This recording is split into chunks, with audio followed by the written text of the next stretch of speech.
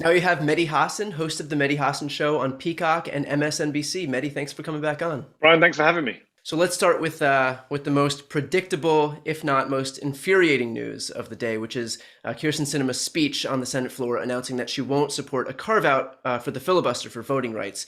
That she supports voting rights, just not the way to actually pass them. Now, is there any planet on which she's acting in good faith? Like, what's the upside for her? What on God's green earth is the end game here? It is one of the great questions of modern American politics. What is going on inside Kyrsten Sinema's head? Unlike Joe Manchin, her partner in crime, she doesn't do many interviews, hardly yet. You can count them on one hand how many TV interviews she's done in the last year. National interviews, I think just CNN recently, she did a sit down with a reporter.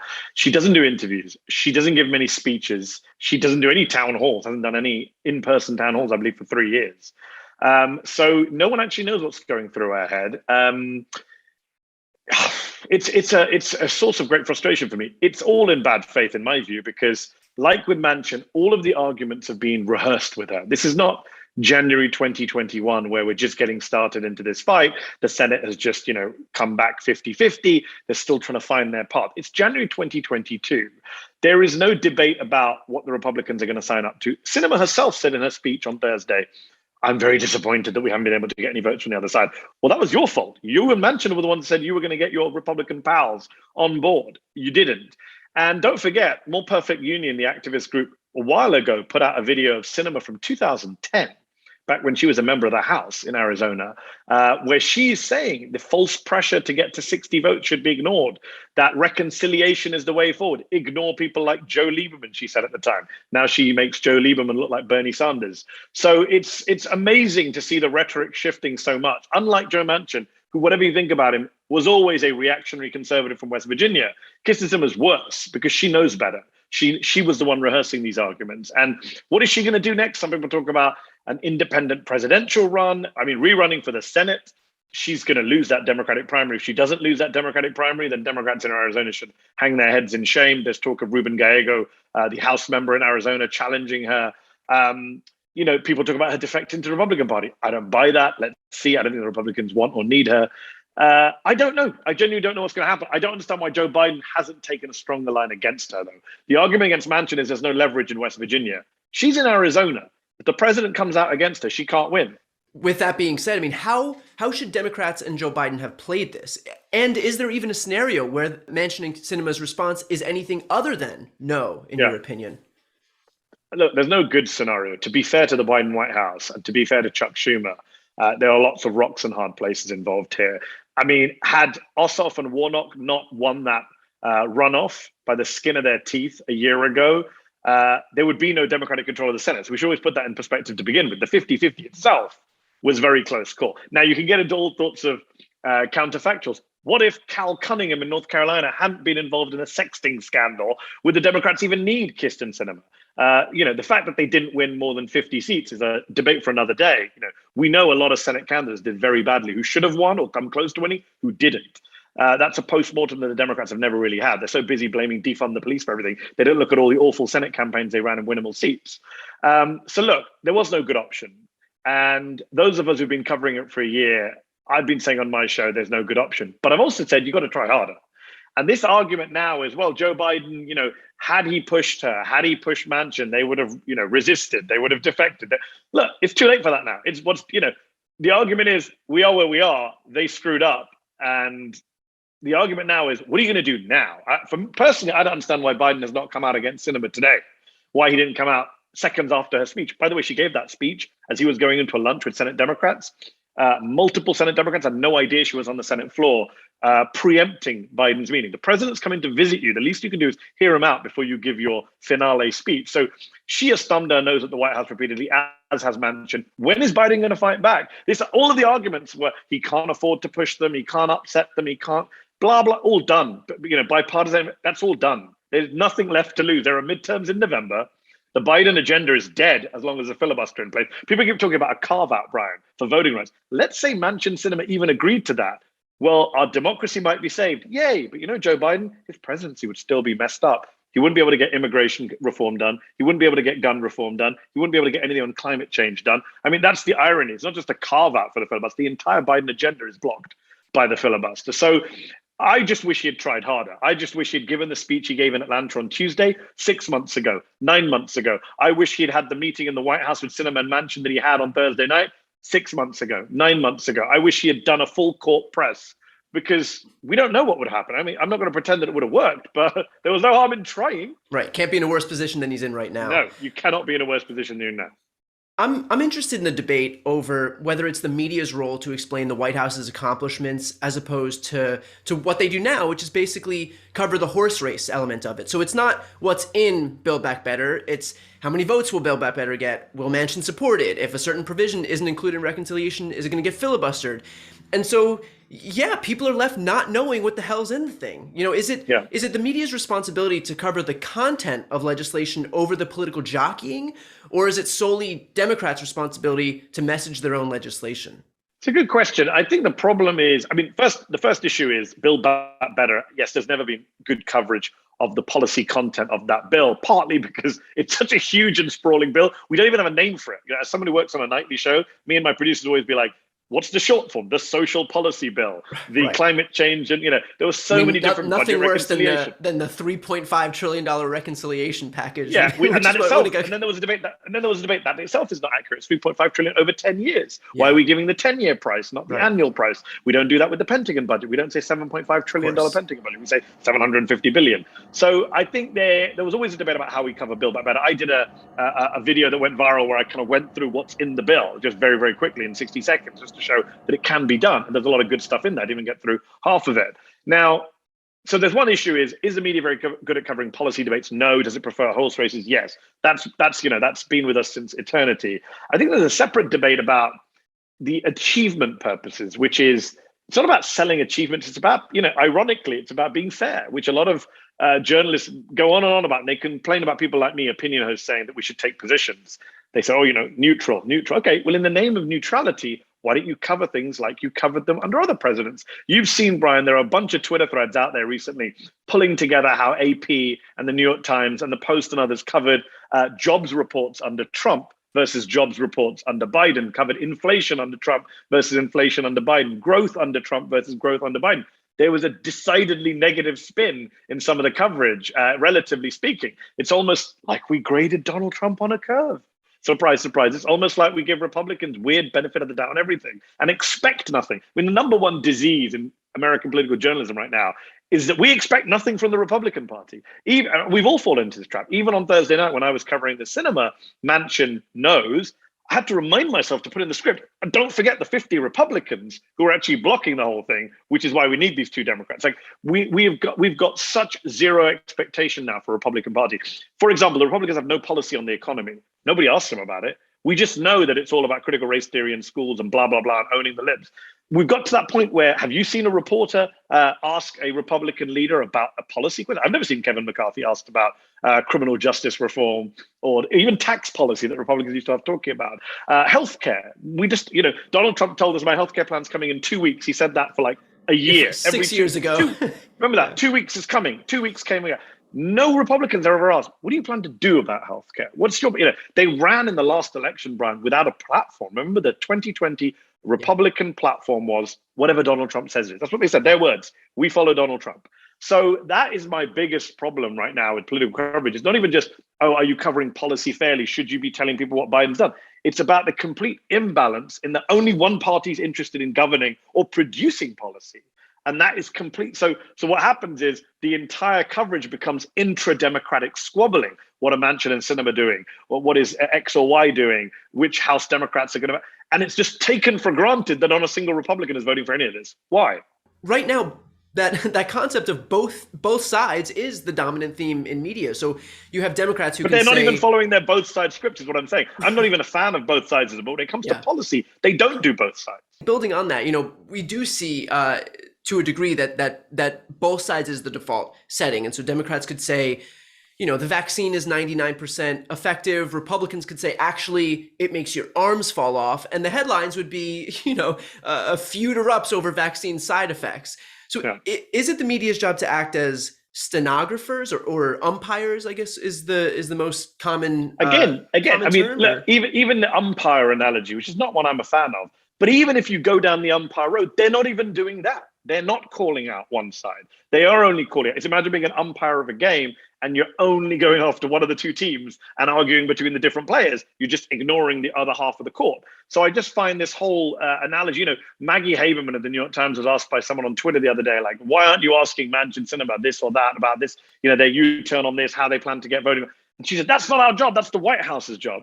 Really? I think it is the job of journalists to ask people in power to explain their positions, to explain their U-turns, to explain their contradictions and inconsistencies, to point out the flaws in whatever plan they're pushing. I don't think that's the White House's job, and I don't think that's beyond the job of a journalist. In fact, I think it's the opposite. If Kyrsten Sinema says, I support this legislation, but I also support the filibuster, it is the job of a journalist every time you manage to get Sinema in a hallway, she doesn't sit down with you to say, how do you reconcile the two? It is impossible to say you support the legislation while supporting the filibuster. That is, for want of a better word, a lie. Focusing on that asymmetry between the two sides, Republicans do have Fox News, they have OAN and Newsmax, Breitbart, Daily Caller, they own Facebook, their podcasts are at the top of the charts. They have a messaging apparatus that dwarfs the Democrats. So how do Democrats fight in this ecosystem? Is there too much reliance on mainstream media? Is there not enough focus on local outlets? What's the avenue to rectify this asymmetry here? It's a great question. I don't think there's an easy answer for Democrats or for those of us who want to live in a reality-based universe and a reality-based media. Sometimes I feel like, banging my head against the wall that, no matter what we do, we can do as amazing coverage as possible. I'll give you an example. The focus groups that were carried out recently that the McClatchy team looked at, that they were live tweeting, where a bunch of soft Biden and Trump voters, quote unquote, swing voters sitting around the table saying they don't know what January 6th refers to. They think insurrection has been exaggerated, that Biden needs to move on and stop being divisive. And you're wondering, oh my God, like who? And you look at that, who is to blame for that? Is it just Fox? Is it the failure of the quote unquote liberal media to actually cover 1/6 in the way it needs to be covered? Is it the failure of the Democrats? And I think Joe Biden has to hold his hand up here. And the fact that he didn't give that speech earlier, the fact that he didn't go to town. I mean, you think about 2021. At the beginning of 2021, the supporters of one particular political party, incited by the leader of that political party, violently attacked the Capitol as part of a plot to overthrow democracy in America. By the end of 2021, not a single voting rights bill or election bill has been passed by the Democratic Party, and not a single top person has been charged or indicted by the Biden Justice Department. And you have the president who, when he was asked about did Donald Trump deliberately infect him with COVID a few weeks ago before Christmas, he says, well, I don't tend to think about the guy very often, which is, in my view, the worst thing Joe Biden said in 2021. Why aren't you thinking about him more often? The guy is the former president. He's possibly the next president. He's sitting in Mar-a-Lago continuing to incite insurrections against the government and push a big lie. Why on earth aren't you thinking about this guy who hasn't been prosecuted anywhere for any of the multiple crimes that were documented on his watch? So that is the fundamental flaw. Like, the Democratic Party never went to town. Look at what the Republicans did on Benghazi.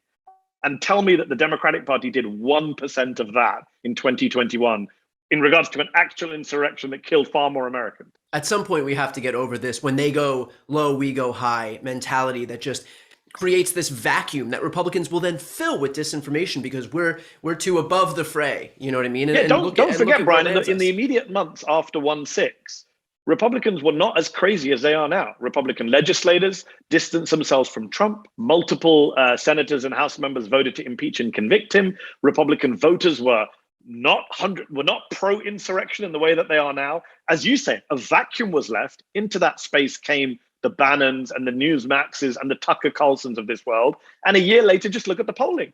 Republicans are much less likely to want to prosecute insurrectionists than they did a year ago, much more likely to believe they were patriots than they did a year ago.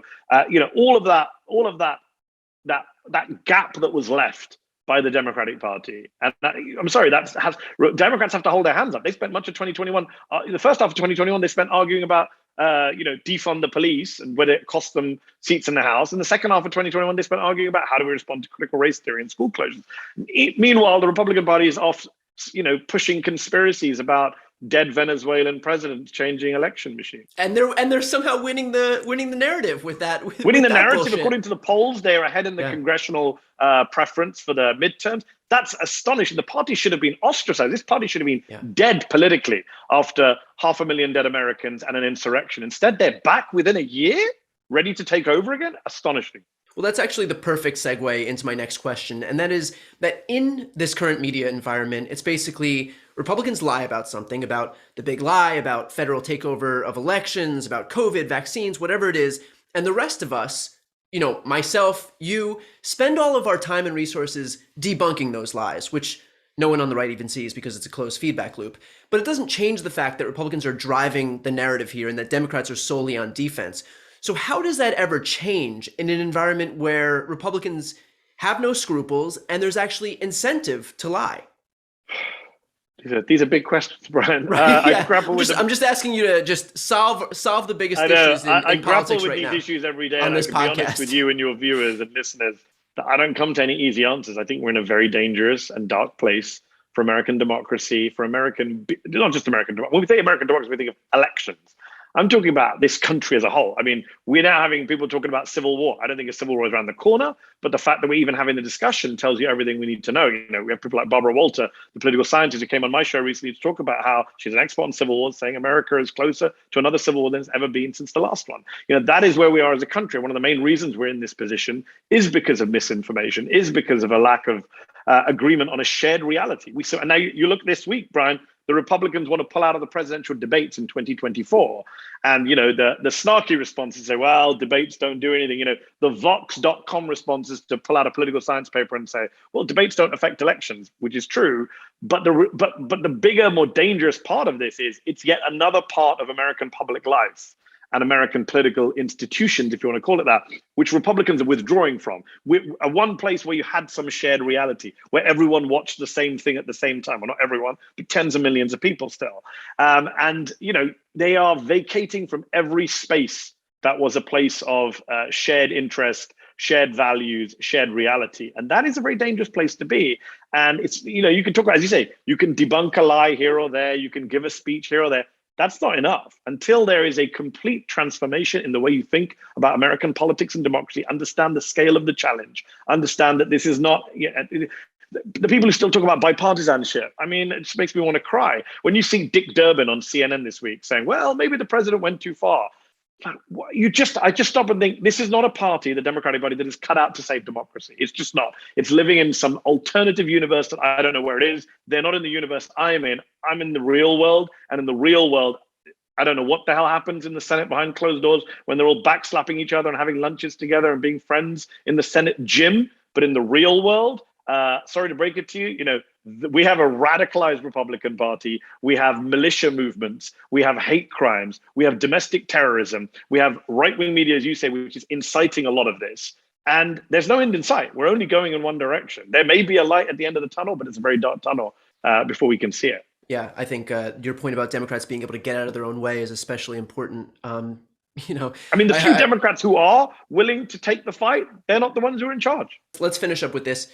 I want to know, how do we reconcile the outrage cycle that certain Republicans thrive off of? So like you have the Marjorie Taylor Greenes, the Matt Gaetzes, Jim Jordan, whatever, and they'll say something purposefully provocative so that to kind of force people to cover it, and then everybody covers it, and of course they were able to use that to raise money or do whatever they have to do. Is it more important to ignore these things and kind of bury our heads in the sand, so to speak, while these bad things are happening, or to cover them because it's newsworthy, it shows what the Republican Party has become, but at the same time gives them the exact attention that they crave? Yeah, it's another great question, another huge dilemma that we were going to do a segment on the show this week on that very subject. And my good friend Molly Jong-Fast wrote a very good piece for The Atlantic on this, quoting an expert on this who calls it rage farming, that they are farming our rage. The Texas GOP did this with their ridiculous tweet the other day saying, well, if you can line up for a COVID test, you can line up to vote. And then when everyone shared it, including me, saying this is outrageous, they were like, haha, we're trending number 4. We are cry more libs. And yeah, it is a deliberate strategy. And I don't know what the right answer is, because as you say, if you ignore it, okay, you're not amplifying their trolling. But by ignoring it, it comes back to my point we made just a moment ago with Dick Durbin, is are you then pretending that we live in a normal political reality? Are not enough people aware of the fact? And Brian, you and I spend all our time on Twitter. We spend all our time arguing about politics. The average American doesn't. They don't have a clue about how extreme Marjorie Taylor Greene and these people are. They just think, they might see her one night on nightly news or one clip on Facebook. She's a bit crazy. They don't understand. No, this is the vanguard of a neo-fascist movement that wants to take over democracy in America. This is a bunch of anti-Semites and Islamophobes and anti-black racists. Some of these people are, and it's just, it's really depressing. It's like with Trump. It was always a debate with Donald Trump when he was in office, at least. Less so since he left office with his kind of weird statements. Now he's not on social media, but when he was in office, it was always a debate. Do you amplify this latest crazy tweet from Trump or not? On the one hand, don't give him the attention he so bizarrely seeks to deflect away from other more substantive issues. On the other hand, he's the president of the United States. Everything he says is newsworthy, especially when it's crazy. So, there is no right answer. I think what you can do is, I think you can ignore some of the more, I think what we have to do is, here's how I try and thread the needle, not successfully how I try and do it on my show, which is cover the stuff that genuinely is scary, that genuinely is crossing lines, and is from genuinely politically powerful or influential people. The problem we now have is we have a bunch of kind of, you have the Daily Wire guys, and you have the Ben Shapiro and his stooges and bag carriers. You have the, candidates running for office, trying to primary people, these Republican nobodies. They're all trying to say outrageous things. There, I would say, don't amplify them. Don't give them, they are pure attention.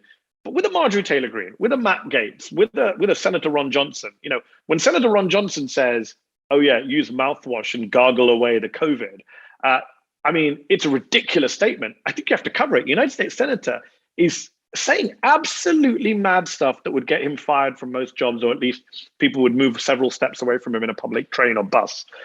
This guy's running for the Senate. He's running for re-election. That's the kind of stuff that people need to know. So it's a really difficult balancing act. It's who you choose to amplify. It's how you choose to amplify them. I'm guilty of this. Don't just quote tweet, take a screenshot is some of the advice people say, but I don't do that myself. I should. Also, here's one thing I would say about quote unquote, mainstream reporters who cover this. What frustrates me most is put aside the amplifying, not amplifying debate. Once you have amplified them, then what? Because for too often, Brian, we will say this congresswoman said something crazy, and then it's buried in the memory hole. And then we wait for the next one, and there's no context. For me, context is everything. So when Marjorie Taylor Greene, you talk about Marjorie Taylor Greene, every conversation with Marjorie Taylor Greene needs to start with, she's the person who made anti-Semitic remarks and talked about killing Nancy Pelosi. That should be the context. The phrase is used, the truth sandwich. Start with the truth, then say what the lie is, then start with the truth. That applies to people too. Start with the truth about who that person is, then let them say their nonsense, then remind people who they are. Same applies to someone like Paul Gosar. Every conversation about Paul Gosar needs to start with Paul Gosar, who went to a white nationalist conference with Holocaust deniers like Nick Fuentes. That needs to be part of every conversation. And I would extend that. Kevin McCarthy, House Republican leader, who gives cover to anti-Semites and Islamophobes in his caucus. Like, we need to have that. What the problem we have is reporters do a great job of on the day saying, Mr. McCarthy, Paul Gosar went to a conference. Do you have any comment? No. And then they'll never ask it again. My point is, why do we forget this stuff? Why do we give them a pass? It was like same thing with Trump. It was always year zero. We always reset every day. And my point is, like, I was just thinking about this yesterday. We did a story on Thursday night about child separation and how the kids were taken at the border. That was the biggest story in America for 2 months in 2018. It was globally the biggest story in the world at one point. It was, seen as the low point of the Trump presidency until the next one. But think about it now, Brian. Does anyone talk about child separation? Does anyone talk about accountability for what happened? Does anyone talk about where's Kyrsten Nielsen now? Does anyone ever ask Donald Trump about it in all the multiple post-election books? We just moved on.